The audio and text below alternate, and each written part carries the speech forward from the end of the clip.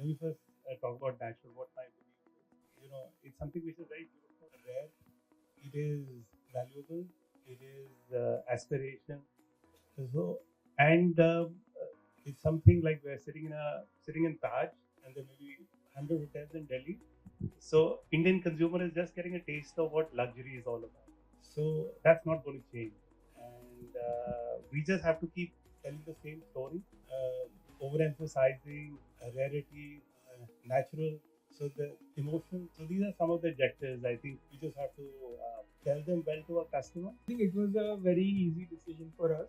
Grandfather always looks at things in a very long-term perspective, and it was very clear that the natural diamonds industry is going to pretty much remain in the same space of luxury and high-value product for the very long run. I always say that the business of lab grown exists because of natural diamond aspiration. So we are helping consumers fulfill their dreams of bigger solitaires and different shapes, different colors, like pinks, yellows, blues. They are so rare to find in natural diamonds.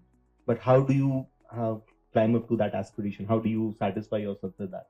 So different shapes, like we made a collection which is having very fancy shapes, like kite shape of diamonds. We can do your name alphabet. There's so many tremendous possibilities. So luxury has a new dimension there, where you are able to create such things using diamonds which you cannot even think of with natural diamonds. Empowerment by way of segregation on the counter level, and then promote. So educate, empower, and promote. That is the crux of this thing, rather than selling a product. So they are giving a product a new dimension where millions of clients will be able to empower themselves by educating themselves on how and why a natural diamond is more unique and more rare versus the lab grown. So I see there's three segments of customers who would be the right fit for them. Right, one is who are always looking for buying a bigger stone. Maybe even a 1 carat would be a bigger stone for them, because it's going to cost them for a natural mined diamond in tune to around 2.5 to 3 lakhs for a beautiful piece. So we started pitching them. So they were just wondering, they had a dream. So we're trying to make that dream of that very client come true. That's what I look at Life on Diamonds as.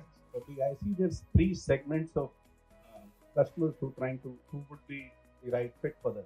One is who are always looking for buying a bigger stone. Maybe even a 1 carat would be a bigger stone for them, because it's going to cost them for a natural mined diamond in tune to around 2.5 to 3 lakhs for a beautiful piece. So we started pitching them. So they were just wondering, they had a dream. So we're trying to make that dream of that very client come true. That's what I look at Life on Diamonds as. Balance money in gold investment. Okay, so this is 0.0001% of the crowd which is actually going to admit. 99% of the people whom I know or cater to in lab grown would hide the fact from their entire. Yes, those circle. are the HNIs. Yes, I agree. No, but the very fact itself proves the point. That means internally also you're not convinced, but you are trying to portray a feeling that okay, I'm buying something, which is a fox piece. Yeah, that comes out of a fear that the other natural diamond jewelry would be perceived to be that lab exactly. We all have to understand. Remember the times when Tanishq introduced the XRF on the table. See what market happened. The market evolved in the next 2 years. And every jeweler had to come to a certain purity, because they were able to tell that, look, this is what is being sold. So again, now this transformation is coming to your table now. The moment Tanishq puts up these machines on their tables, soon you will need the same machine on your table as well. So be prepared for that. So good to see you all of you all. So good. The Mumbai team never want to miss this opportunity of meeting you all, welcoming you all at this event. The evening has not even begun. We are looking forward to a lot of things lined up. Delhi committee has done a wonderful job in inviting the esteemed dignitaries from the industry for I would say, a very exciting panel discussion. So next, that's coming up. Thank you to each one of you. I mean, we've had alumni members, we've had GIA team here. We have a lot of newcomers from the new batch, veterans. Devansh Bhai is here. And thank you so much, everybody, for making it today. I know the topic is pretty exciting. the current issues of lab grown and naturals. I'm sure everybody is relating with each and every concern that we're going through. So let's look forward to a wonderful educative night and a night full of networking also for all of you. Can I now invite the panelists on board? Devansh Bhai, Venus Jewels.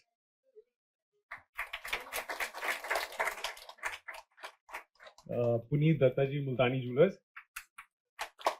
Sanjay Kalsi ji, JD Solitaire. Atul Jain ji, Atul Jewellers. Gaurav Bawa ji, Bawa Jewellers, Iris. Parag Bhai, Parag Agrawal ji, Fiona Solitaire.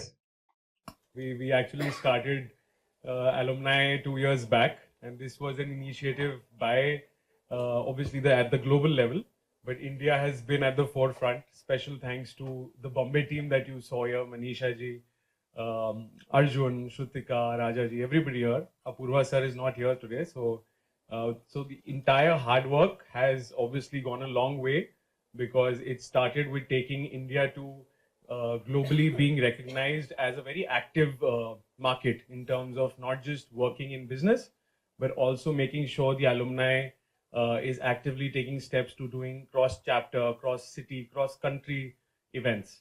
So after having a lot of domestic events, we first did a mine visit, which was very, very talked about globally also in San Francisco and Carlsbad office, which was a visit to mines and Gem Palace and all of these Nakshatra emeralds ki jo gaddi hai Jaipur mein.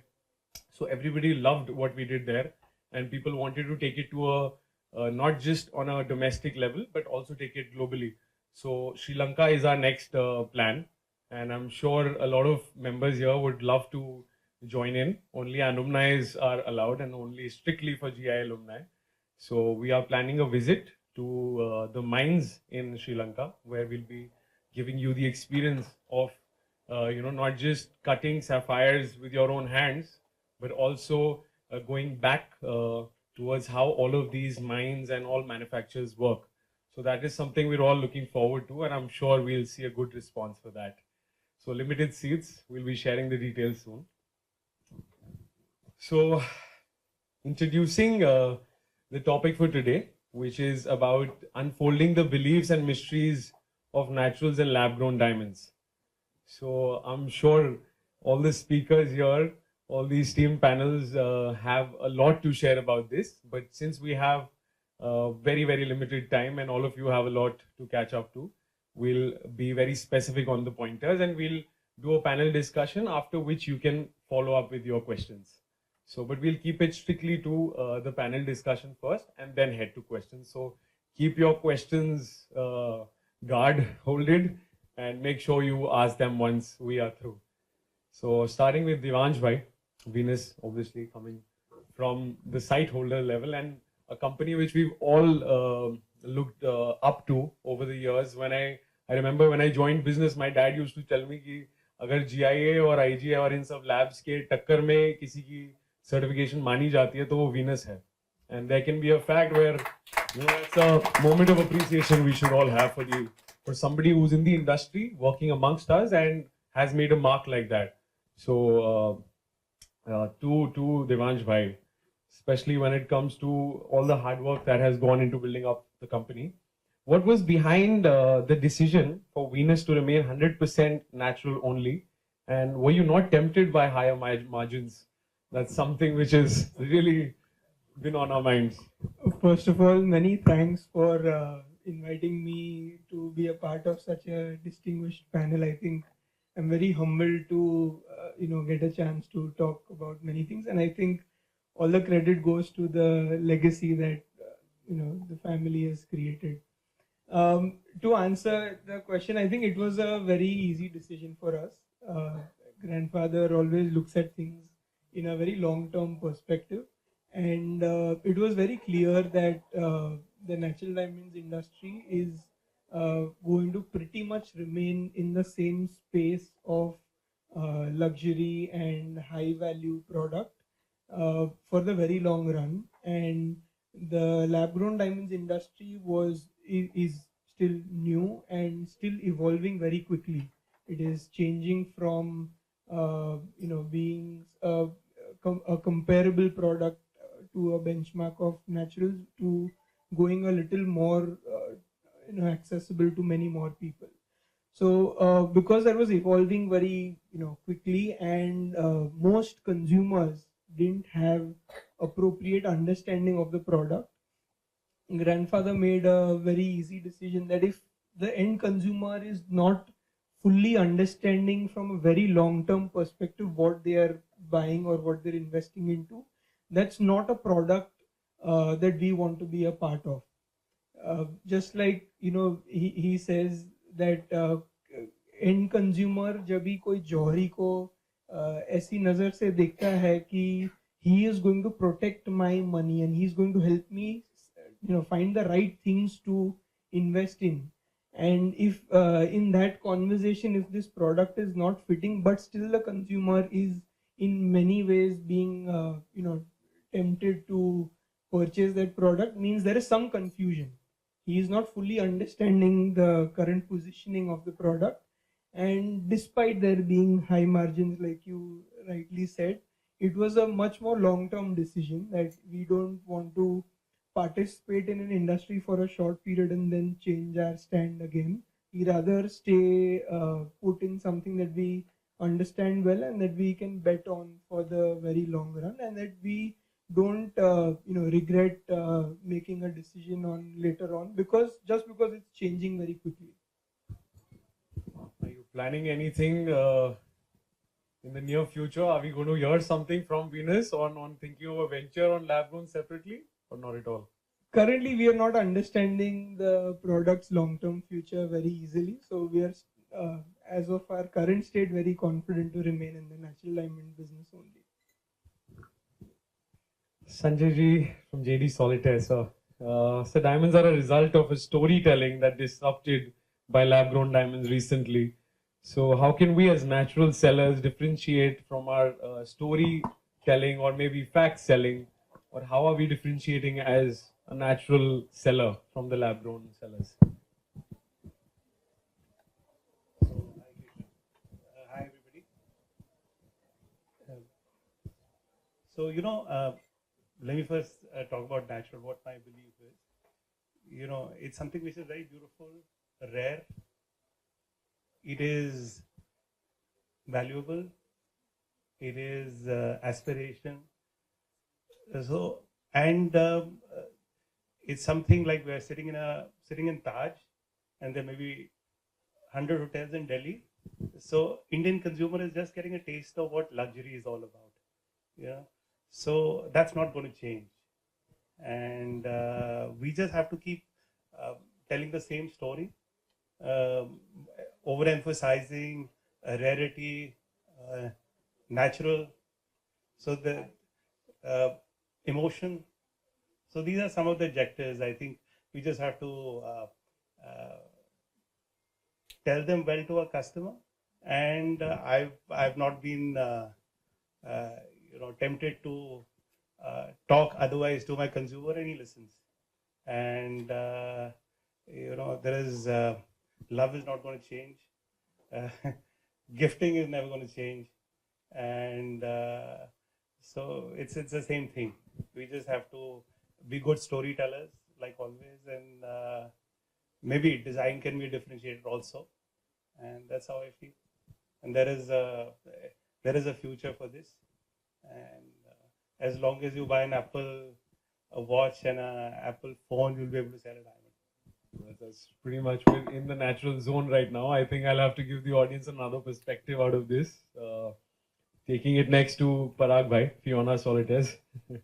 What is your take on opportunities around lab-grown diamonds, and how can you customize diamond cuts or shapes, and how can you look at a better profitable venture out of this? Because as we understand, lab-growns, the very word comes from the fact that it is lab-made, and you can actually make anything that you want. So are you looking at it as an opportunity to create something which is more Fiona, and how do you want to sell it as a brand?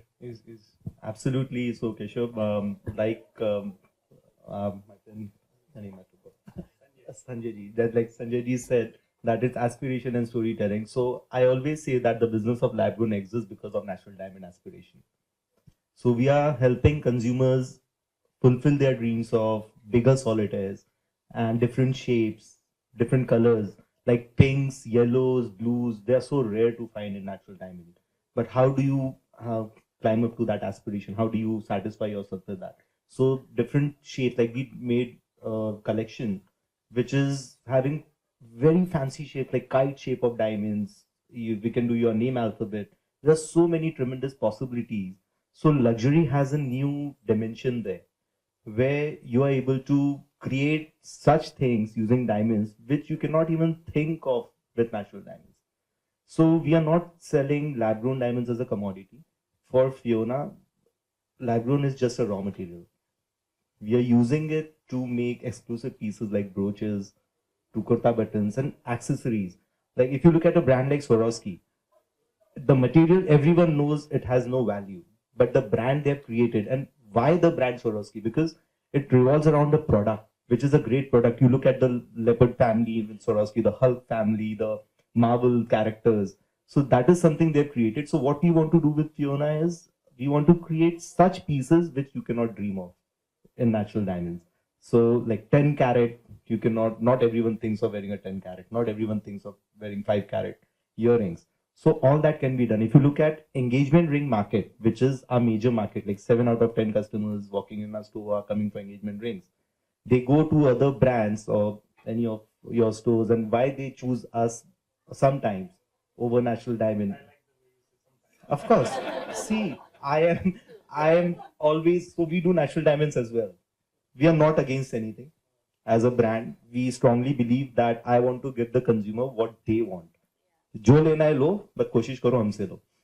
नहीं so that's what we all doing, right? आपको customer एक बार आ जाता है, उसका life time value इतना high होता है.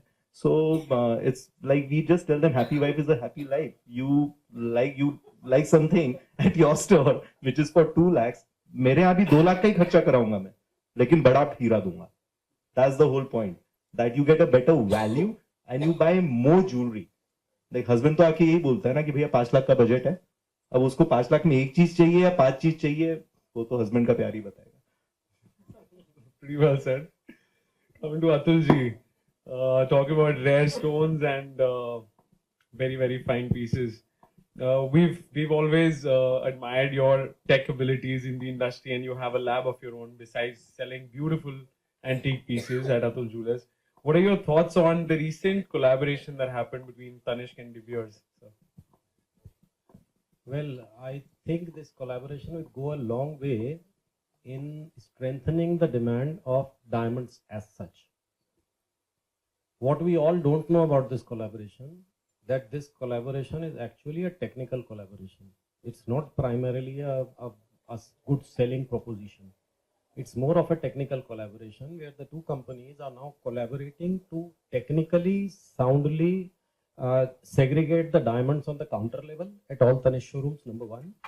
Number two, they want to work on the client information and client education in this field where De Beers is very sound, and Tanishq is doing this collaboration for that purpose. And three is to primarily market, since we all know now that now De Beers has exited the lab grown business. The brand has been discontinued. So they are focusing on the natural diamond, and they want Tanishq to be their partner because Tanishq has a very sound presence in India, which is the biggest market now, growing market.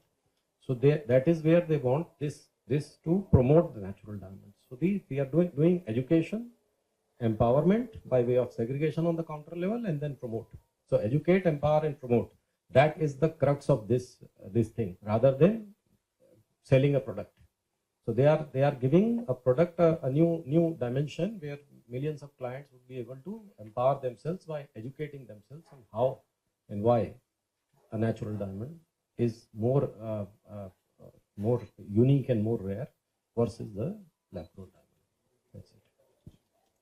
Everything. They'll do everything needed because De Beers has the biggest R&D in the field of machines of how the diamonds are segregated, and they are counter level machines, not the lab level machines, but they are the biggest ones in the counter level machines as well, where the machines would arrive at the counters. And now as jewelers, we all have to understand, remember the times when Danish introduced the XRF on the table. See what market happened. The market evolved in next 2 years, and every jeweler had to come to a certain purity because they were able to tell that, look, this is what is being sold. So again, now this transformation is coming to your table now. The moment Tanishq puts up these machines on their tables, soon you will need the same machine on your table as well. So be prepared for that. Wow. Coming over to Puneet ji, Multani Jewellers. Diamonds were merely an idea which De Beers had captured years back and calling it precious as a stone and sold it pretty well. So similarly, I mean, lab growns also was an idea that erupted in a huge way in the market. So at the end of the day, it was an idea. But what counter story selling or telling are you doing to get back those lost clients, which have sort of, what are we doing to bring back the lost shine of real diamonds, which, you know, per se, that you feel at the counter, at the showroom that you feel you're facing? I'll I'll phrase it in a different manner. Let's say a client walks into a store and he asks us for a genuine advice as to whether lab grown or CVD is an option for him, or alternatively whether he should be buying something like this instead of a diamond. The way we try and explain to them is that if a person is happy buying a fake Rolex, if a person is happy buying, let's say, a Dior or a LV bag from a Patri, and they're happy wearing it, flaunting it, so at the end of the day, they are befooling themselves that they are happy and they're trying to show to the world it's a false prestige kind of a thing. So if you're happy doing that, if you're happy wearing a false Rolex, so you're happy wearing a synthetic stone also. So the choice is ultimately with the customer. That if they're happy doing this, good enough, go ahead, save money. If you want something real, if you want something precious to gift to your wife or to somebody you love dearly, that's the way forward. So that's the way we try and explain. And but coming over to that, if they are actually insistent, whether we should be, if they're very convinced about their own thought process that yes, we wish to go in for a lab grown, fair enough, we do it on demand. So it's at the end of the day, it's the client's call. That's the way we try and educate the customer. With the prices falling, that's a different discussion altogether. If the pricing is taken a beating because probably the supply is far outstrips the demand. So that's a different discussion. Buybacks, the terms retailers are offering on buybacks. So those are discussions which probably need a deeper discussion than just this. Coming over to our next speaker, Gaurav Bawa ji, last but obviously not the least, somebody who's seen both naturals and lab growns very closely. And I think he's the only guy on the panel who is not just selling naturals and also selling lab growns in a different format, in a different showroom altogether. Nothing mixed, absolutely disclosed. So, out of your experience at Bawa Jewellers, how do you tackle with questions that you get on lab growns and naturals? What's your take on this? So thank you, first of all, for making me a part of this wonderful discussion. Thanks a lot. So what we have seen in our store, like initially when we started off in 2023, we started off with one counter of lab-grown diamonds within the same store. We had a store-in-store with a different brand by the name of Iris Fine Jewels. And whenever people walked in, what I realized, they were generally buying stones with an illusion setting or a pressure setting because they didn't have big budgets. So we started offering lab-grown diamond stones to those people, and they started buying. So that's how the whole thing erupted. You mean to say it was an untapped market which we never saw coming? Yes, absolutely. So what I see, I look at it in a different way. Probably I see there's three segments of customers who would be the right fit for them. Right? One is who are always looking for buying a bigger stone. Maybe even a 1 carat would be a bigger stone for them because it's going to cost them for a natural mined diamond to in tune to around 2.5 to 3 lakhs for a beautiful piece. So we started pitching them. So they were just wondering, they had a dream. So we're trying to make that dream of that very client come true. That's what I look at lab-grown diamonds as. And whatever we are selling, like we've been selling everything certified since 2014. I remember I read an article in Economic Times way back 10 years down the line, and it had this thing for lab-grown diamonds. So that very day we decided we're not going to sell even a single piece of jewelry of diamond jewelry without the certification. So we've been doing 100% certified jewelry since almost 10 years for natural diamonds. Because I realized that if I sell something without certification, I don't even know whether it is a natural diamond or a lab-grown diamond. So my reputation is going to come at stake. I don't want to do that. So negligence is, you can't do that. So we took a strong step that time, and we did everything certified for our jewelry store. And when this lab-grown started, we started doing that as well. So in fact, we just opened up another store almost 3 months back, and that's around 750 square feet in a mall. It's doing pretty well. We've tried to create totally luxury brand. So we've tried to create something what you would get at the maybe at the top 5-10 stores of the world for jewelry. So we tried creating that, and it is totally paperless. So we've tried to do very different things. We are using the best technology to create jewelry, and all our diamonds, Solitaire specifically, they all come with a light performance report, and we are the first one in India who's doing that. I have not seen everyone who's doing light performance report. Earlier we used to do it by Serene, and we just signed up with IGI, in fact, and they are doing it for us in India now. They were not doing it in India, so we got it done as well. So we are the first brand to do that as well. And whatever jewelry we sell for smaller sizes, star, malays, whatever it is, everything is IGI certified with inscription. Everything is hallmark. So we'll be trying and distinguish the both things apart. So the same client would buy a natural diamond, and the same client the next day, maybe next month, would come and buy a lab-grown diamond. They don't mind.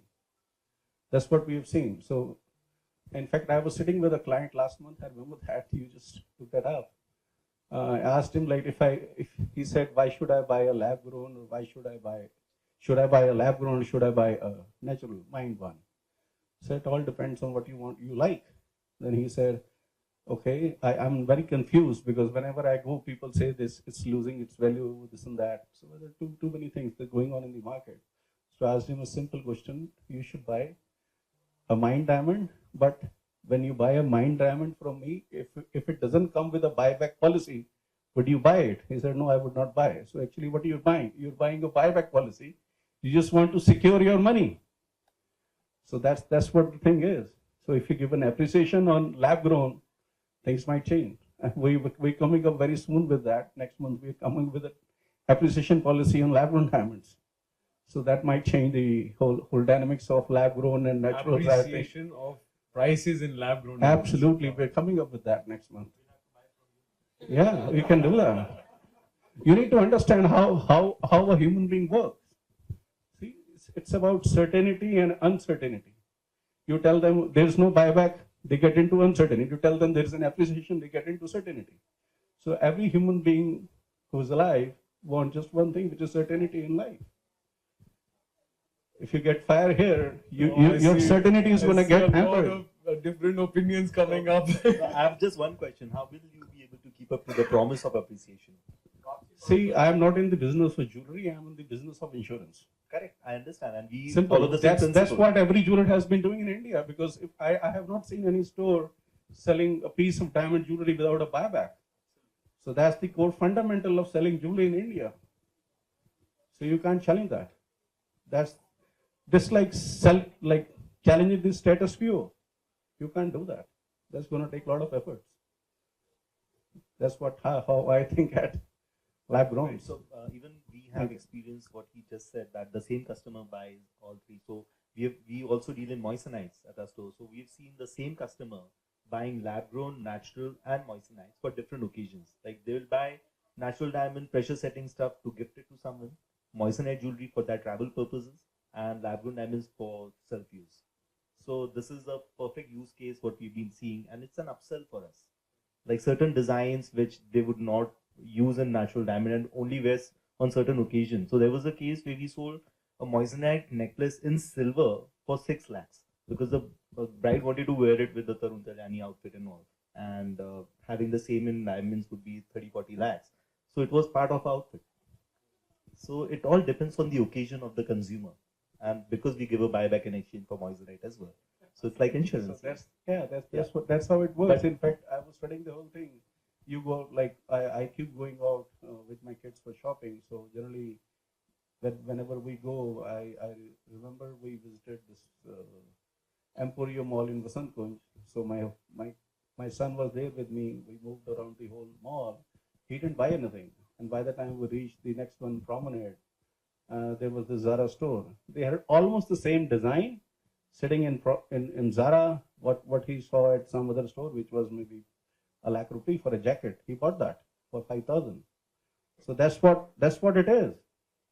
So they are inspiring at Emporio, and they're not able to sell to anyone. There are very few people who can afford it. That's what Zara's success story is also. Absolutely. So this is again the same story. It's going to come up. We know it. It's going to come up. You can't stop it. If a customer wants it, you can't stop it. So there is no fight. There is nothing wrong, nothing right to it. It's what life is. You can't stop it. It's going to erupt on its own. Talking about appreciations and buyback policies, I don't know, somehow I relate with this concern in a very different way. I've personally had a lot of clients at my showroom. I mean, we all happen to be from the same industry, dealing with the same kind of clients. So personally, I've had a lot of people who have asked me that, we had bought a Solitaire back then and prices have revised. So I'm talking about real concerns that, I'm sure everybody here would relate to.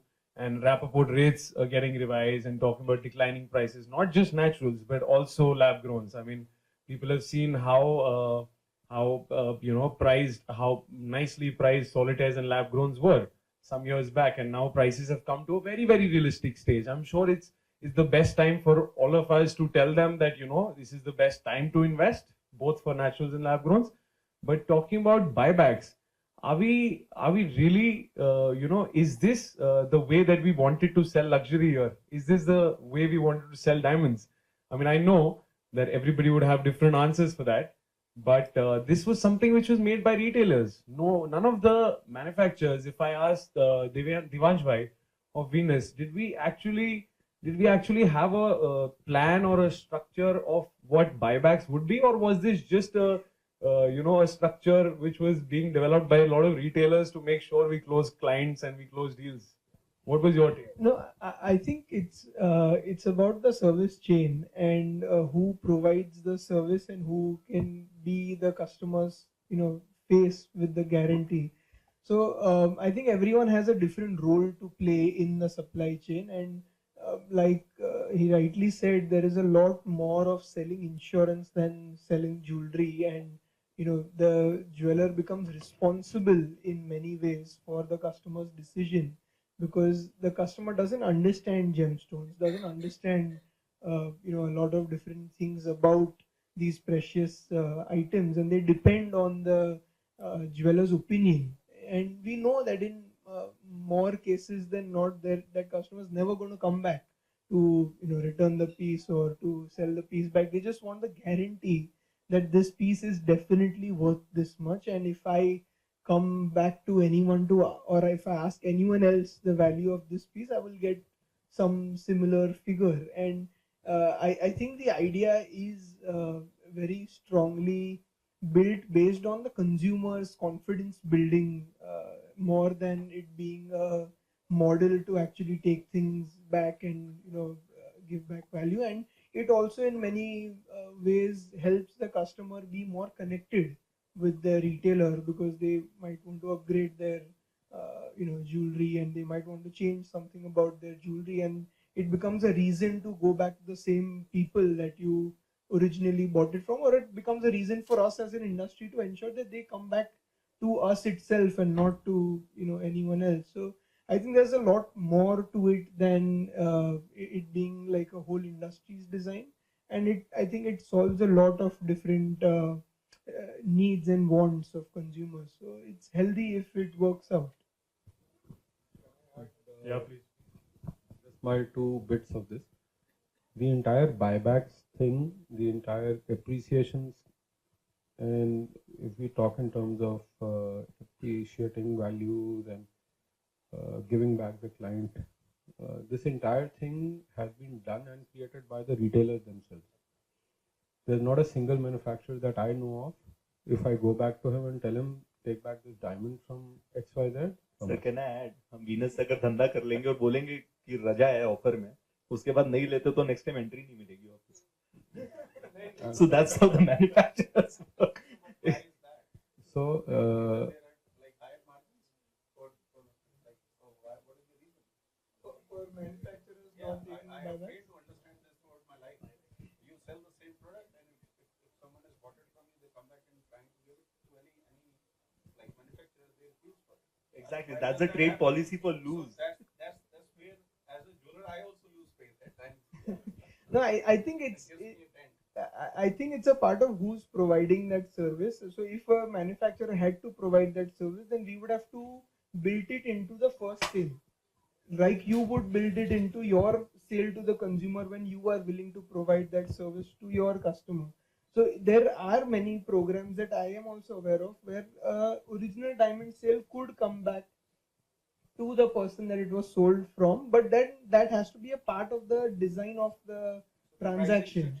Yeah. Absolutely, and it would change for you as well if you are selling a product that you want to give a buyback for and a product that you don't want to give a buyback for. So it has to be just built into a part of the system. And in most cases, if someone's actually struggling with a particular piece, then we have been able to help that customer out. Either we find another customer for it or we'll help them with a certain value difference. But the confidence we want to build is when you are committing to any jeweler is committing to make a purchase from us, we are wanting that to be a very strong commitment, which is the primary purpose of it being this way.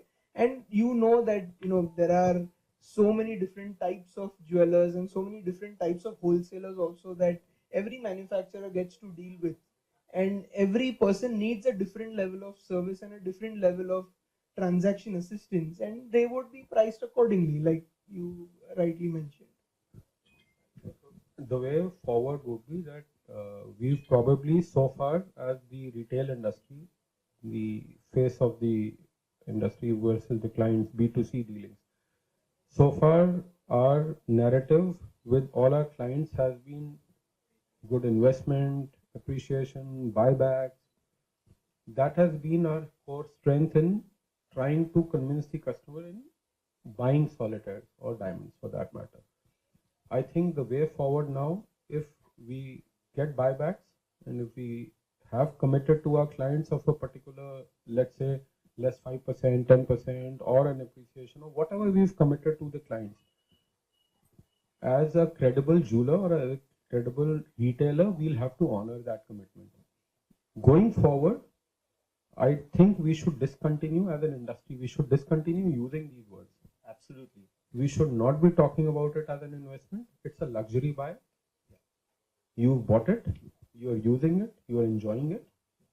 And probably the buyback will, this 1 or 2 years have been a learning lesson for the entire industry.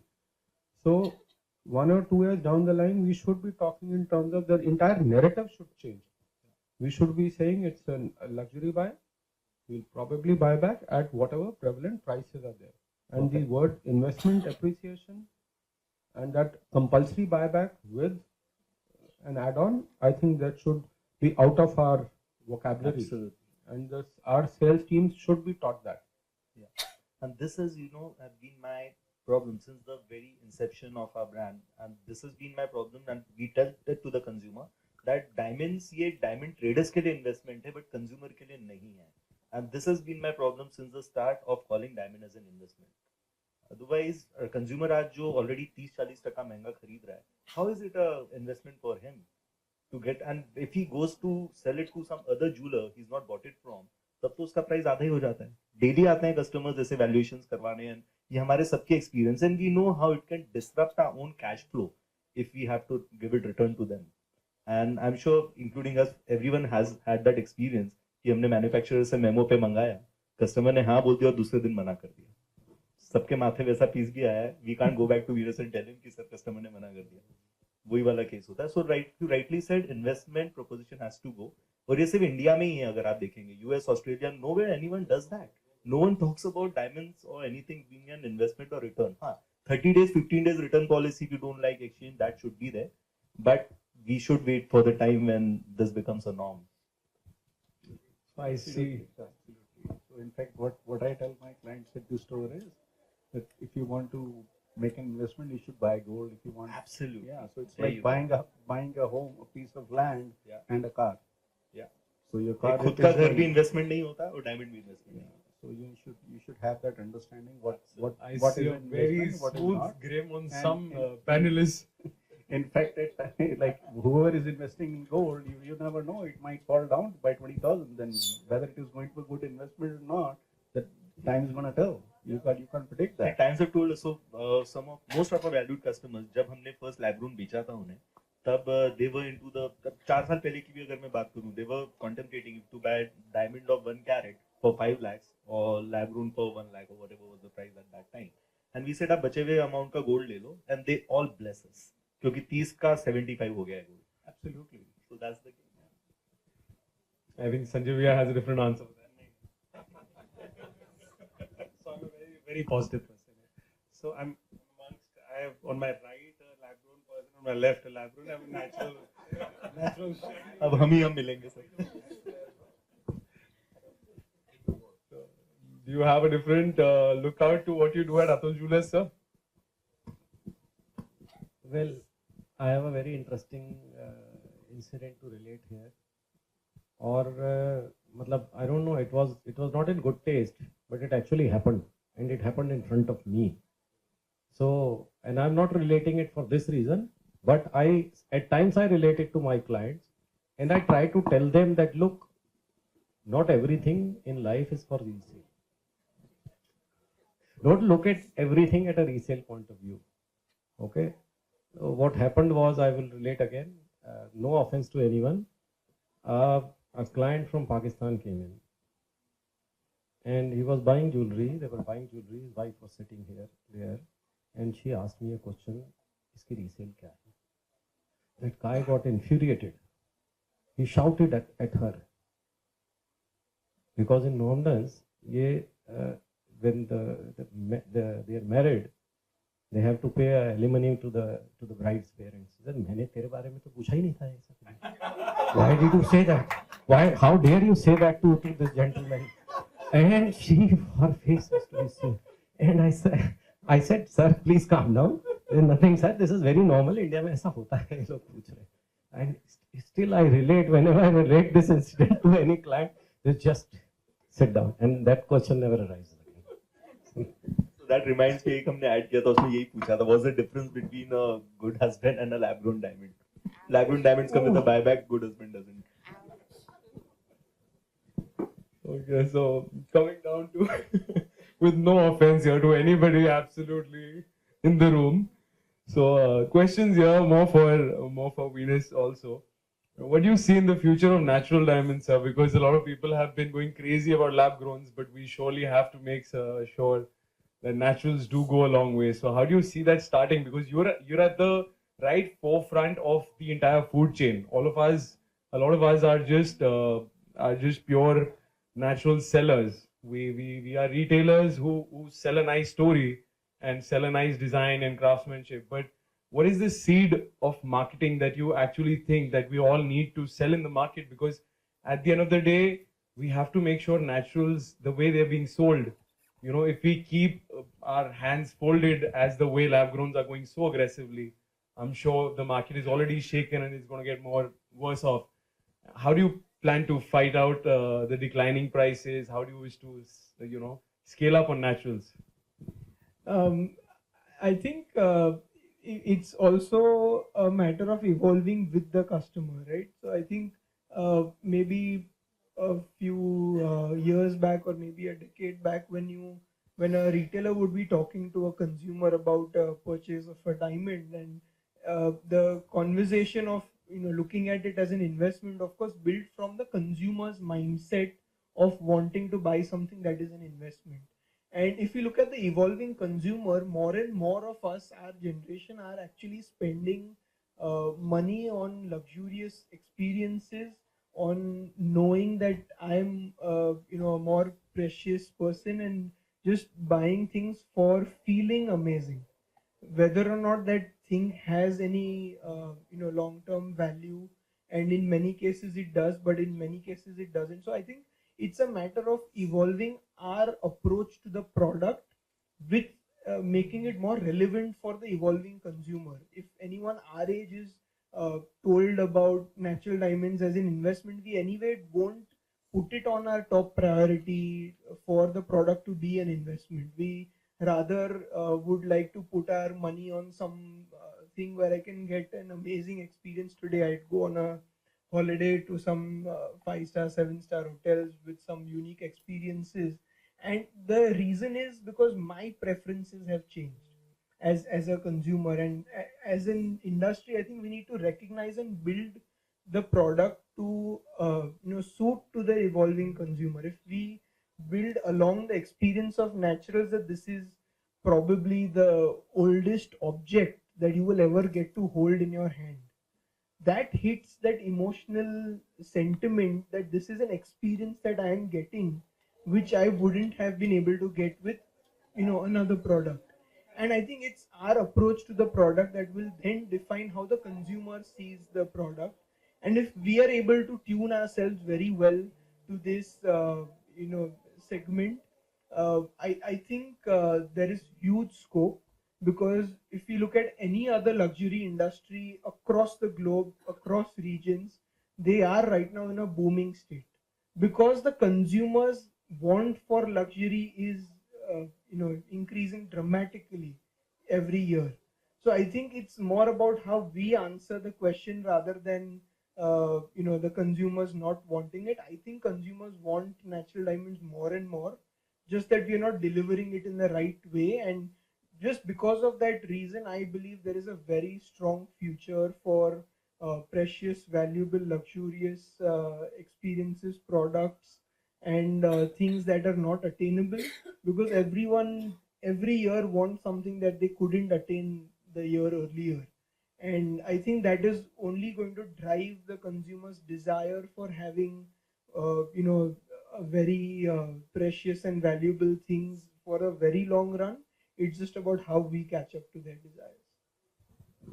I think talking about antiques and age-old pieces, Atul ji would be, out of all the panelists, I think he would relate with this concern more. How do you see this as a rare product, and how do you wish to sell it better, in terms of how valuable an ancient piece can be? Well, how many of us know that the youngest diamond in the world is a few million years older than Mount Everest? That is a reality. How do we actually inform our clients about this aspect of diamond? That what you are holding in your hand is a few million years older than Mount Everest. Imagine. And secondly, the second aspect, when we were talking about the desire. So one very interesting thing about natural diamonds is, which has come with the advent of LGDs, the lab-grown diamonds, is just understand the economic aspect of it. And then I'll just give you a share from history, actually, how it happened with another commodity. We see all these bags being sold, the duplicate bags being sold on the streets at different shops. Do you think these bag companies don't have enough force or enough information about these sellers? They do. Why don't they catch them? They only catch the very high-end shops which are selling their original product. If they are found mis-selling another product, they catch only those. But they don't catch these thousands and millions of these stores or these pavement sellers selling their own bags in their own brands. Why? Because in effect, one, their brand name is getting popularized. One. Two, these millions of people who are buying these, actually a seed of desire is being created in their minds that one day when I'll have money, I'll buy a real Gucci. Okay? So from those million seeds, maybe 1,000 will ripe next year, 1,000 will ripe next year, and another 1,000 will ripe after 10 years. Okay? So finally, the product that you'll be selling is their product. Just imagine the same, apply the same to the natural diamond industry. With your natural diamonds, maybe we can say we had a few million buyers across the world for the jewelry. But suddenly, with the advent of these lab growns, multiplied by 10x, or maybe 2 years from now, multiplied by 100x, these new buyers are being created. And once this desire is set in, the demand for natural is going to come up, maybe after 10 years. But since the supply of natural diamond is very limited, imagine the price. Now I give you the real example. A similar thing happened to the pearl industry. With the advent of cultured pearls from Japan in late 40s and then 50s and then 60s, the pearl industry sank. I remember my dad telling me there were times when pearl dealers got broke. Suddenly the material which was selling like hotcakes at the price of value of gold got 100 times, 200 times, 500 times cheaper. And they had to just vacate the businesses. But see where the natural pearl industry has evolved after 1980s. 80s saw the advent of the rise of natural pearls, and the price has never looked back. They are the rarest of rare specimens of nature. And same is going to happen with natural diamonds over time. We just have to hold on. And you can relate these stories to your clients. Why not? And you can upsell your natural diamonds with these stories. And these are real. So we have to also look at the economic aspects of it. We have to look at the how we are going to strengthen our own businesses. Thank you. Yeah, I think what he's saying is right. It all comes a part of the storytelling. So just adding my bit, if I had to debate, being a devil's advocate on both the sides, like while selling a natural diamond, of course you're going to tell it's the oldest thing and the youngest diamond, like you said, is a million year old. When I have to say my story of lab-grown diamond to a consumer, the only point we hit on is, oh, it might be millions of years ago, but we are giving you the same luster and shine, which helps them. And other example, what you gave with fake Gucci's and Hermes, the problem with our industry is looking at a diamond, no one can tell whether it's from Atul Jewellers or Bawa Jewellers, or which the brand cannot be seen with our product. That's unfortunate that we cannot create that, even with design. Only Cartiers and Tiffany's of the world are able to create that differentiation of design. But yes, it's the part of storytelling, whichever way you choose. Considering somebody who's been into both sides of the boat, Gauravji has been selling naturals and lab growns both at the same time. And since he has been, besides just the GIA discussion, he's also a business coach. He has a company called RetailGro where he coaches business owners like us. And I mean, how do you make sure that both naturals and lab growns are growing without hurting the sentiments of both the clients at the same time? So I already shared that a bit. So both are doing pretty well. Like the same, I told you, the same customer is going to buy both the products. So if lady has bought a 2-carat round solitaire, so next year when she walks in, she likes a different shape. And the husband says, okay, I can't give you another 15-20 lakhs, 10 lakh rupees for another piece of ring. Then she would buy a lab room from me. That's how things are really, really happening for us.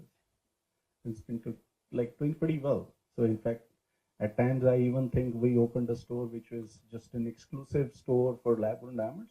We should have some natural. That thing comes to my head quite often, but I'm just trying to refrain myself from doing that. I don't want to dilute the whole thing. We already have that at one store, so I don't want to do it at the other one.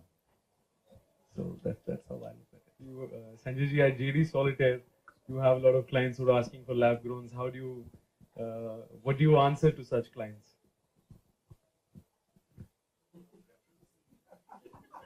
So, do you make a sale or do you have a story? Do you convince them for either? Let me just repeat from what a lot of my friends said. I dissuade them in a very polished manner. I tell them what makes them happy. They can go for that. So it's nothing against. I sell silver also. So I mean, I understand the importance of every category, and there is there is a respect for silver jewelry, there is a respect for alloy jewelry, there is a respect for gold jewelry. I'm nothing against that. But I don't promote lab grown because my belief is such that, I'm not trying to debate how much more the lab grown prices will go down or natural diamonds will go down. But there is an experience and a confidence that diamonds do hold their value. And when everybody over here was talking about, one thing, what everybody was missing, which I think personally is that, there is a wholesale price index, everybody knows, Rapaport. There are a lot of reasons why the diamond prices fell, and lab grown is not the only one. There are two wars happening in the world. Luxury is never going to die. Aspirational things are never going to, this is what makes people happy. This is what makes life worth living. You wear nice clothes. You go to a, you should see a smile on a lady's face when she's buying a 2-carat. Nothing beats that. It's not about 10 lakhs. It's about you've arrived. It's about self-happiness, luxury. Like the 2-carat Natural, yes. So, I've seen this so often in 30 years that something which I personally feel the prices would not hold, like lab grown, I would say. Natural, in my opinion, is just a matter of time. I mean, I've read that Martin Rappaport report and I have it on my phone, which says it's, I must read this out to youngsters. If, We also have the new batch here of GIA who's just graduated. I will read out. That we're all looking forward to. So it'll take 2 minutes, but it's very nice. It says synthetics will dominate bridal in 2024 and collapse in 2025. When brides figure out that they have been ripped off, synthetic diamonds will go the way CZ did. Retailers who sell synthetic diamond engagement rings for huge profits will have to answer to brides who see their thousands of dollars engagement rings offered for sale at Walmart for hundreds or even tens of dollars. The real natural diamonds will return as ultimate gift of commitment because they're valuable. As in the relationship, millennial women in their 30s are not interested in tender experiences. They want stable, long-term relationships and the opportunity to have children with the men they love.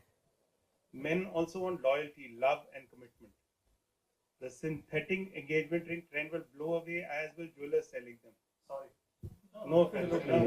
We're doing both. We're not selling diamonds. So this is the one line I love. This please, and I want to clap. Marriage is not a one-night stand. Engagement rings are not costume jewelry. So this is Martin Rappaport. This is not me, and I think he's. He has changed this narrative in the current podcast. Yeah. But I believe in this. Well, so let me give you other perspective. आदमी वही सुनता है जो उसको सुनना है. हाँ, ये बात सच है. So because what we hear from our customers is they come for engagement rings, like I said, and they know what they're buying. And the first take is, okay, fine, ma, he's going to give me a holiday, a ring, my bag, shoes, everything at the same budget. So that's the perspective that our customers have with this. The same brides. And this is something which I found out. So this is not Martin Rappaport. So one minute, sir. This is something what I believe in, and it's not Martin Rappaport. Okay, so a lab-grown diamond may sparkle today, but its owner will always dream of a day they can afford the real one. Well, I wouldn't agree because our customers are not dreaming for that for sure. I think clearly only half of the room laughed and clapped because half of the room is a pro-natural lab here. So let me. And the other half must be lab grown, but we respect everybody. Let me give Respect you one last everybody. point. Right. So I'm in the jewelry business. I track a lot of numbers, and it's a high GP product. And any sane retailer. GP would mean gross profit. Any insane retailer, why would he leave a high gross profit margin product? I don't understand that. So I think it will have to be, we have to all work together to make sure that the category lives, has a long life, and however, whatever needs to be done has to be done. So any chain store might have 80-20 model where they'll sell 80% gold, but end of the day, they get the high profitability from a diamonds category. So, it's a category which has to survive. We just have to figure out ways to make it survive and thrive. And, that's my take on it. Absolutely different business models, what you can create out of it. So that's what it is. You want to share some thoughts on that? Please. I think it's a very true feeling, like when he mentioned when a lady looks at her 2-carat natural diamond in her finger, and when anyone looks at a diamond in general, we've been trained for 50, 80, 100 years that a diamond means something precious and something valuable, and that's what that smile and that sparkle in their eyes comes from. It does not come from it being carbon or it looking beautiful. There are many beautiful things in the world. Even charcoal and coal are carbon, but the smile and the sparkle in the eyes of the consumer comes from when they know that this is something valuable that I will get to adorn on my finger or on my ears now. And I think that feeling is what we are selling a lot more than we are selling carbon or it being bound in a certain way. And there's this jeweler whose story I really love, and this is the way he answers this question. Of course, there are consumers who are, I think, completely confused, and the way we drive them is the way they will, drive themselves. So when someone walks into his store and has the same question, should I buy a lab or a natural? He simply asks this question: Is your love real? Is your commitment to your partner real? And if it is, then there's only one choice, right? Because that's how much you need to commit and invest in your partner's appreciation and love. And if that's what you can do for something for your partner, then you are proving that your love and your commitment to your partner is actually real. Well, in our case, By the way, both the lab-grown guys were holding on to the mics. because what we in our experience, a 5-carat lab-grown outshines a 1-carat natural. I'm sorry, but that's been Yeah, but it's never been about the shine. It's about the value. It's someone knowing that I have a 5-carat lab grown, but that other person in the same restaurant on the dinner table, she bought a natural 2-carat diamond that is worth this much. You still will tend to reflect on that as an important purchase, as a valuable purchase, and that's the only thing that person feels, which is what's driving the aspiration and the luxury element. So again, there are two things in that. Number one, there are so many customers who don't tell anyone that what they're wearing, because if they are wearing it, it's going to look natural. Yes, correct. I'm coming to that. So there is another one. Hold on. I agree. I never denied on that. So aspiration is there, and that's why these people are hiding. But at the same time, we have customers who come out and say that, see, I'm smart, I have the money, but I'm going to use a sustainable option and use the balance money in gold investment. Okay, so this is 0.0001% of the crowd which is actually going to admit. 99% of the people whom I know or cater to in lab grown would hide the fact from their entire Yes, those circle. are the HNIs. Yes, I agree. No, but the very fact itself proves the point. That means internally also you're not convinced. But you are trying to portray a feeling that, okay, I'm buying something, which is a fox piece. Yeah, that comes out of a fear that the other natural diamond jewelry would be perceived to be that lab exactly proves the point. That Yeah, I agree on that. It's actually the other way around, I think. So actually, most of the people on earth, I would say 99% of the people on earth, they're just trying to show the world how good they're doing in life. So Absolutely. So when you can't bring your car in a restaurant, so that's how you show it. How much money I got. Yeah, so that's they're trying to replicate. So actually, when we talk about love is not going to come with diamonds. It's going to come with something else. It's going to come with human relationships, with how you interact, you communicate with your wife.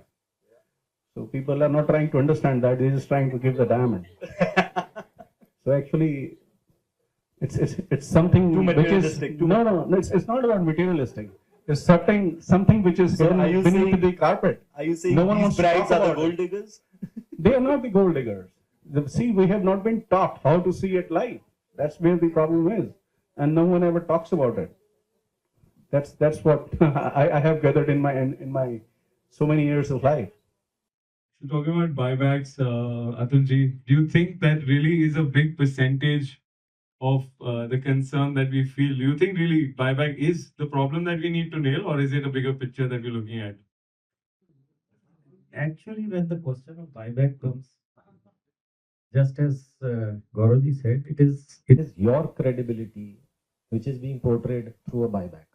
The moment if you are a family jeweler, the person comes to you for the confidence they have in you. Okay, so the first confidence comes from the right price that you are charging. The questions of buyback arises only when a person is going to a store, to a chain store whom they don't know, the owner, the manager. तो वहां उस brand के साथ आपको सब कुछ चाहिए. You need all the guarantee cards, you need all the papers. But when it comes to a family jeweler, when it comes to a person you know very well, so the family, then you are their custodian. You are custodian of their values. So this doesn't arise. This question doesn't arise. अब आपको मैं फिर एक example देता हूँ reality का कि how things happened with one client and how we were able to upsell them. ये सब बातें बेकार है, मतलब बाईबैक वगैरह, इसमें कस्टमर को उलझाने की जरूरत ही नहीं है. You can always upsell the client with a different perspective altogether. The interesting thing happened with me. NRI client were sitting, both husband and wife sitting, and usually these NRIs come with their saving to be invested into a solitaire. They look up to a solitaire to be wearing. ये अब थोड़ा पहले की बात कर रहे हैं. So they were contemplating between buying let's say a G color 1.5 carat versus a K color 2.5 carat. Okay, so the value was the same, and they had that budget. And incidentally, I ventured in and I saw the sales girl told me this is what is happening. I said, "ये क्या कर रहे हो sir आप?" So I knew that both are in very good positions, and you can always upsell to them. They are sitting with a pocket of $8,000, but you need to sell them $16,000. So how you do it?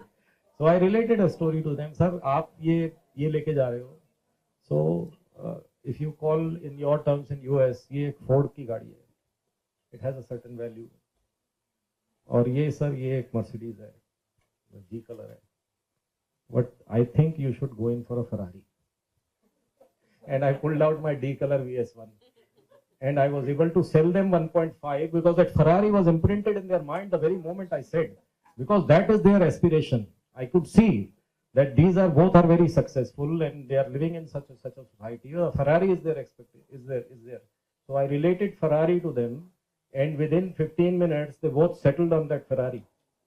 I was able to sell it to them. ये आपकी company वाले मुझे कहते हैं आप दिल्ली में बैठ के डी कलर बेचते हो. So you need to actually understand your client and try to upsell them. Why are we indulging into these discussions? We don't need. We have to come above these. When we are selling luxury, we have to sell it in a different way, in a different manner, and always try to relate to your clients with some real life stories. Stories sell. Absolutely, I totally agree with you. So, how do you see this at Venus happening, sir? I mean, do you see, obviously, in a commoditized world, which lab growns and naturals both are at times categorized as, and at the same time, we come back to the fact that it's a rare product, it's a natural product, it's a beautiful piece. Do you see Venus addressing this concern and not being a part of the commoditized market? And do you really feel how is Venus doing this differently in terms of achieving higher prices, achieving better sales? No, I think that is the direction we all must think into. We have this unfortunate situation where many of us look at our own product as a commodity, whereas we don't realize that the consumer actually is able to look at it as much more. And we need to deliver, that story better. So we kind of in the last 2 years have been working on this project that we call adding value, and we've been trying to think about, like Atulji said, a lot of the basic conversations about our product that we very easily miss out on telling our customers. Things like it being older than Mount Everest, or it taking a $2 billion minimum investment to just explore for a diamond mine. And $2 billion, we all know, is not an easy amount for most corporations in the world. And despite investing the $2 billion, that miner does not have any guarantee that he will get a diamond, natural diamond out of that mine. And those are the kind of efforts it takes to bring a natural diamond to that person's hand in that retail store. It goes through so much effort and so much amazing experiences. So many countries overall. We look at Botswana, South Africa, Canada, Australia. Their whole communities thrive today only because diamonds were found in their community zone. And I think there is so much of this that we don't end up, achieving the success of telling the consumer. And that's what we've been trying to do very strongly. Differentiate every piece. Every piece is unique only if you tell it as unique. If we, start to look at, GIA reports as the only things to understand about a diamond, then we won't be able to differentiate, between two of them and upsell, one over the other. So we've been creating a lot of, more information about diamonds that a retailer can use to differentiate their own offering versus another retailer's offering or versus another diamond offering. And I think adding value is a zone that I feel is kind of like a low hanging fruit today, because there is too much demand for it and very less supply of it. Most retailers, except for a few that we have here, are actually thinking about solitaires in the space of an opportunity to build value.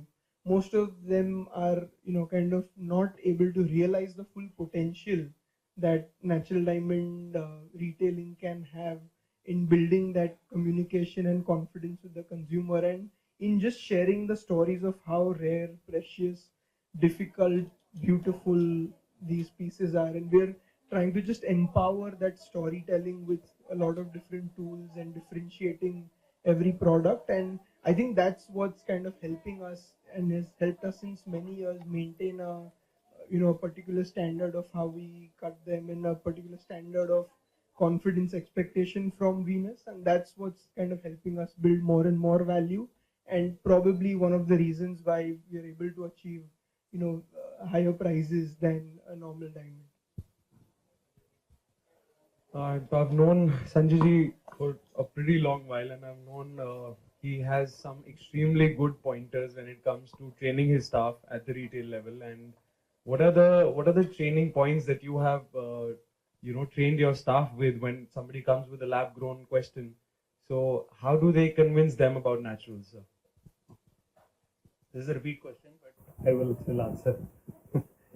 So, it's like I said, that we don't encourage, because I believe in the natural diamond story. There might be some challenges, a little bit of disruption, but as a company, if I take great pride in saying that we've been growing for the last 5 years, and exponential growth. And so there are. It's just not about the sales staff. It's about lots of things in totality. One, we've again and again emphasized upon storytelling. Yes, experiential buying. I lay a lot of emphasis upon trying to create a environment to sell a luxury product. That's important. That I think is a big miss in the way generally jewelry is sold in India. So for us, that's really worked. And then educating the customer. Certification is very important. Then, I mean, from my end, I've actually tried very hard to understand an inventory mix. When we say diamond jewelry, we are at a couture show. And actually, there is a great importance of understanding that couture jewelry is something, a category which can be exploited. Then there is a pret category, which is another category of jewelry. So when you do these 7-8 things together: experiential buying, educating a staff about, explaining to the consumer about the 4 C's, making sure you're selling every piece of jewelry with certification, then having a transparent buyback policy, which has also been discussed. Having a buyback policy, maybe offering appreciation, not offering appreciation, but everything should be on the table. It should, the customer, when buying a product, should know what he's getting into. If it's all right, I have nothing against people who don't even buy back what they sell. That's okay. I respect that. But at least the customer who's buying should know. So I've seen when you put things on the table, just to deviate a little from this topic, I think lots of my friends will understand over here. Polki kundan jewelry turns black. So, initially when I used to sell it, I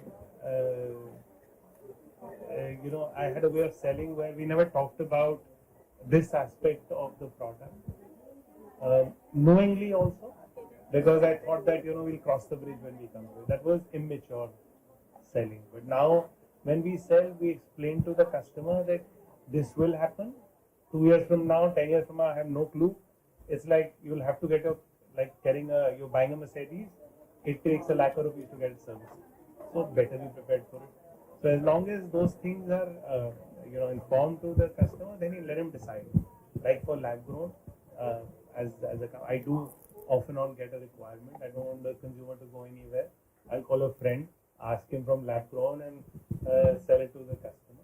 But then I don't have a buyback. So it's my way of what my beliefs are and how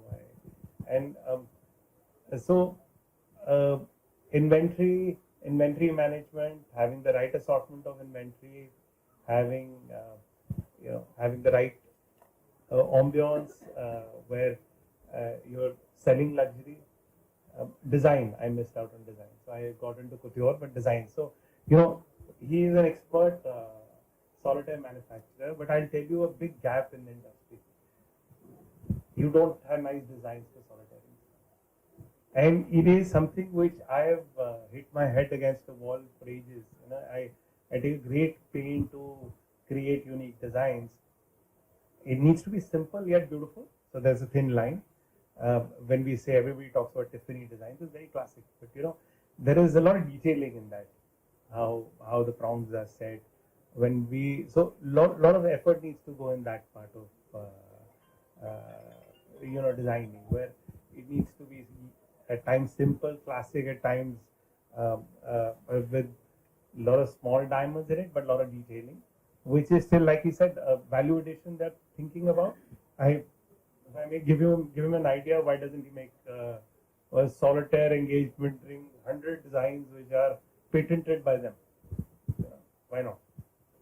So, I find a big gap in that, because we've been solitaire specialists for the longest period of time.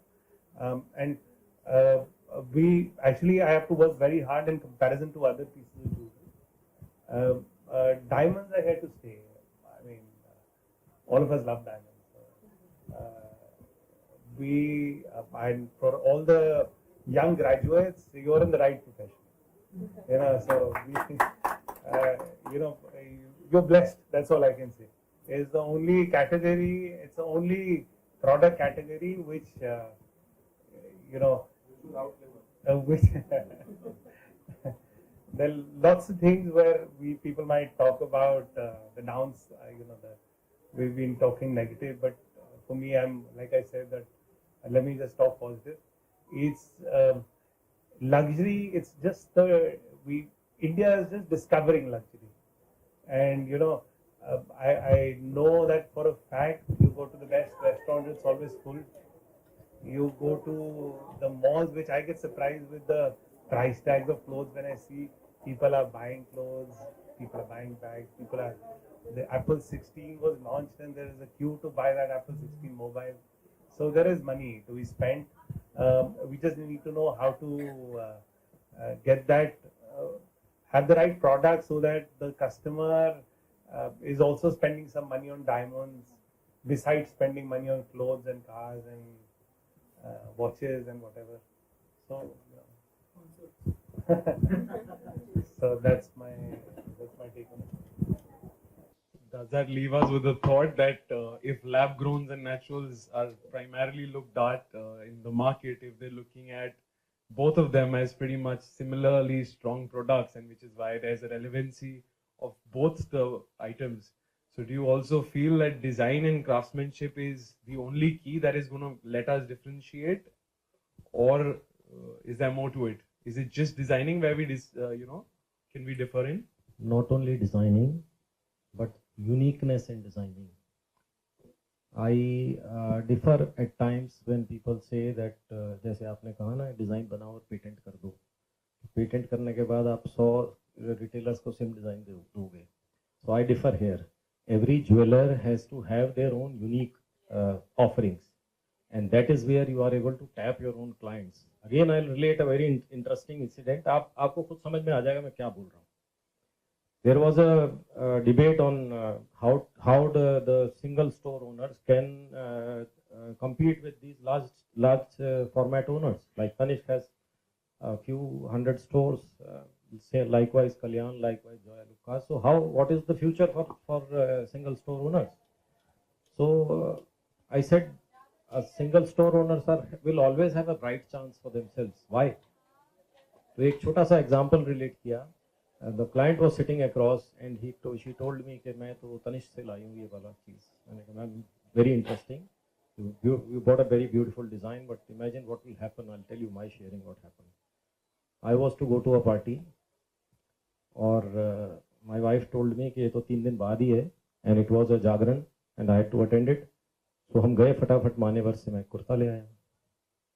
And imagine what happened. I attended the party. 3 people were wearing the same one. 3 of them. So I always relate when वो कहते हैं मैं तनिष्क जा रहा हूँ, मैं कहा ma'am जाइए बिल्कुल जाइए. This is what will happen with you. Most welcome. Because we are the ones who can customize things for you.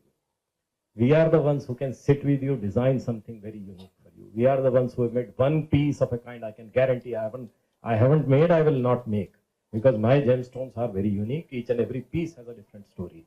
So that is where your USPs come with you. I mean, you have to find your own USPs. You have to retain your clients. You have to grow with your clients.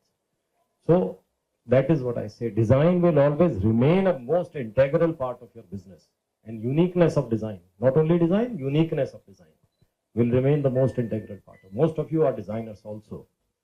That is why you have chosen this as your field of interest. So if jewelry fascinates you, so does design, and so does your own uniqueness. So Atul, I completely agree with you. But my design specific input was for Solitaire. So Solitaire rings in earrings is still something which is there's a lot of scope of work in my opinion. I mean, I design in general. When you say that is why which will only take us far. I mean, that's where at a couture show, and that's the reason we are here. That's so true, and because we happen to house we are able to, because of low cost of lab-grown diamonds, we are able to do all of the Solitaire rings collection, and that's why customer affinity towards it increases. Because जब hold करके try करके देखते हैं तो फर्क पड़ता है. 3 stone rings to the stackable bands, and everything is possible because catalog दिखाने की बजाय अगर आप actual product दिखाते हो, so it makes all the difference. But why do you think I don't have all the stones? No, not that way. But that is fine. But we have changed the dynamics here. Right. But What 5 we have carat, would you have like 20 pieces? I don't have 5 carat. That's what. So We have when all we shapes, all shapes in 5 carat, all shapes in 10 carats, and that's how you can really flex your here, jewelry. what we are trying to do is lab grown is not just about solitaire. So what we did, my son, he studies abroad. He's in Canada right now. So he tried doing the jewelry business, wherein he started making these chains, human link chains, full of all diamonds, and it costed us, I think, somewhere around 15-20 lakhs. And he tried to sell that, and he couldn't sell even a single piece in 1 year. So this year, when he came back, he created the same thing in lab-grown diamonds, and we've been selling that very well. So generally, if you try and sell a Q link chain with all diamonds, it's going to be not less than 30 to 40 lakhs. Exactly. So we're selling the same for 10 to 15 lakhs now. No, we do that. If We you do wear it, that. you can wrap, trust me. We do that. We will create wrappers. Yeah, so start rapping we if need you wear to it. think out of the box. In fact, I was sitting with my wife last evening and we spoke. We need to think of creating a iPhone cover with lab-grown diamonds. Why not? So we did that. We created Enzo Ferrari. We did an event with Ferrari, and we invited all Ferrari car owners in Gurgaon, and we created with 1500 diamonds, some 10 carat of diamonds, exact replica of Enzo Ferrari. So, like you said a while ago, that you can't get a Ferrari in the boardroom, so this one is for your desk. Yeah. That's how we promoted it. So we need to think out of the box. It's about, see, if a customer is going to ask you for the price, before he's going to ask you for the price, it's because the design that is creating some emotion within him or herself. So that's why they're going to ask you for the price. If they don't like the design, they're not going to ask you for the price. There is no point creating something which is not going to like hit anyone's head. Should create a spark in the eyes. That's what is most important. So that's what we should work on. That's the only thing which can take us to the next level. And the moment they hear the price, trust me, they get tempted. You can't do that. He's half natural. I get that. I saw the hesitance. So there's certain things, but you can't sell in a natural. See, I can't sell it at my store because I don't have that kind of a clientele, right? Atul has got that kind of a clientele, so he can sell that. I can't even think of doing that. So I need to be I have to find my own USP for everything. Like he also said, that's what we've been trying to do. So you need to create your own space, right? And you need to master that, hold on to it, and just you have a dream and you're working for it day in and day out. Like I'm here today and my wife and my son there in Jaipur. I was there for a vacation. I came back here just to be a part of this thing. So that's what real life is. That's real love. Yes. Otherwise, it would have been someone else's wife. He would not have been here. Picking So up that's- just the last line from what you said, making your space in the market. We have a lot of students who've just entered the room, and I saw them as we were talking in an intense conversation of deciding whether to go in for naturals or lab grown as a new business owner, since they would relate with this and they're making their own space in the market. And the level of dependency we have nowadays, because we're here because of GIA here, all of us are here for GIA. So do you think the level of dependency on machines and the fact that having a certificate with a natural or a lab grown has increased more and more? And is it just the tech that we are backing up on? And what do you advise to the newcomers in the industry who are deciding what to go in for? I mean, should they go in for natural business or should they go in for a lab-grown business? And this is something which I would want each of you to answer and guide them, because I'm sure everybody is going to have a different story there. But my piece of advice would be to everyone is just sell whatever you are able to sell. It's nothing right or wrong. Like we also sell everything lab-grown, natural, and moissanite, depending on the consumer what they want. So you find your niche, find how you're able to reach out to your consumer, right? Product fit for your market, your range, because the most important thing in retail, I think, is the range and what kind of consumer you cater to. So once you identify those pointers, just go for it. Okay, so this is very serious. Please listen to me carefully. Yes, sir. You have to start with thread. You have to start with small pieces of jewelry. And the reason I say this is that was my journey. You have to first, you make that first sale for 10,000, 20,000, you feel very happy. So that would encourage you to get a foothold into the industry. We didn't have these fancy names at that time when I started, but now I know it's called thread. And then slowly couture jewelry, that is designer jewelry, but still the price point being something which there is a bigger market. That should be two categories which you start with, and thread, and then graduate to couture. And then a third level can be bridal, which once you get a foothold in the industry, and then start understanding the importance of data. if you want to live in this industry. Others will die. They can come to me. I can teach them how to do that. So that's the journey. But yes, natural diamonds is what I'll tell everybody to stick with. It is there is a huge market for natural diamonds. India is a country which is just getting rich. So we have a long way to go, and it's an aspirational product. So big market, big opportunities, and go for it. Absolutely. So I would personally say that we should do diamonds. So the question of natural or lab grown should not come in between. So both are real, right? So we are not having a mashal here to lighten up the room. We have this technology which is helping me get a light with just a click of a button. So why do you want to wait for so long? Simple. So look at life with a different eye. You will see so many other things that we can do, and we can create wonders with it. Like if you see, we generally talk about Cartier and Tiffany, but the kind of pieces they make, we can't even think of even hiring the designer to do that. How is it we can make that? Probably lab grown can help us do that. That's all. Thank you. I guess you guys have to take baby steps, get into your zone, find out your right clientele, the circle that you move in. Like Parag said, it is immaterial. Obviously, with lab growns, you will have, to a great extent, lesser capital which is deployed. But then you start small, look at your circle, look at how your circle wants from you. And after that, take a call. If your client base or your circle or your peer group is more into diamonds, start doing that. Or probably as a startup, you could probably even do both. Put both the products in front of your friends, your circle, and see what the acceptance level is.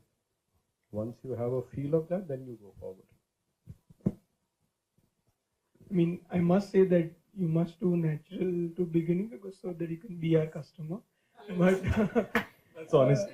But I think it's like they rightly said, it's about what you know better, what you can explain to your customer better, what you can be the custodian, for the customer's decision for, and if you are able to add value to the customer's journey in one product a little more than the other, then wherever you can contribute better is where you have to be. My serious advice to all the fellow GIA graduates now is very philosophical, but from this philosophy drives out the real key to success. To be successful in life, you have to follow your passion. So first you have to discover your passion. Why have you come into this field of gemology or because in GIA the good part is you get to understand the three aspects. One is diamonds, the entire field of diamonds. The other is the entire field of gamut of color stones. And the third is the aspect of jewelry, okay, the jewelry design, okay. So you have to find your passion. If your passion is design, you can be with design, then you can go into fret, okay. You can go into very custom made jewelry, you can go into your own label. But if your field is diamonds, then try and explore whether it is the raw diamonds, it's the rough diamonds, it's the polished diamonds, it's the diamond jewelry. What is your passion? और passion कैसे आप determine करेंगे? Try working on it. जो काम देख के आपको बार बार घड़ी देखनी पड़े ना, वो आपका passion नहीं है. और जो काम देख के आप घड़ी देखनी भूल जाओ, that is your passion. I remember when I used to be in my store with my dad, and I grew up, assorting gemstones. From class 5, I was assorting gemstones. And imagine, I grew up in these gemstones and these gemstones became my life. आज भी मैं कहीं जाता हूँ ना दुनिया में, तो वहाँ का एक मिनरल का स्पेसिमेन जरूर उठा के लाता हूँ. And that remains with me with that sticker के यहाँ से लिया था. ये rock, ये mineral यहाँ से लिया था. And many interesting incidents have happened all the way. In 1997, we were traveling on a delegation to Italian Trade Commission के साथ एक delegation थी जो विसेंजा ले गई थी हमें. That was one of the first delegations. And after that delegation, I went on a Europe tour. So on that Europe tour, I met Mr. Varadia, Mr. Nirmal Varadia, and we made friends. And आने के बाद मैं उनके Jaipur office गया, and he so passionately showed me his collection of minerals and gemstones. He's so passionate about rough. He's so passionate about these different minerals. Look where he is. RMC is one of the biggest seller of gemstones to the world. He's doing only semi-precious gems. He's not into rubies and emeralds. He's into every other gem. That was his passion. I saw in his eyes, I saw that passion that way back in 1997. So look where he is. So people who are following their passion, last month at the GIA Mumbai meet, I met a gentleman, a young guy, and he told me he has been doing some rough assorting at some place. He's been learning it. He's from South India, left his house, living in Jaipur in a rented accommodation, and look what he's doing. He's only doing spinels, and that too he's bringing in rough from South India and processing those spinels, and he's specializing in that. He's enjoying immensely. That is what he enjoys. He said, I'm totally fascinated by this spinel gemstone, and this is what I'm doing. So try and find your passion and follow it. I attended a workshop last week where the gentleman was saying, please put the Maslow's theory upside down, and then you will get the real reason of your happiness.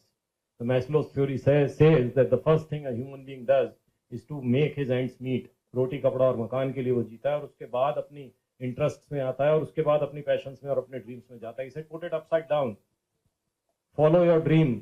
पैसा तो अपने आप आएगा, and you will get your happiness from the very first day. Thank you.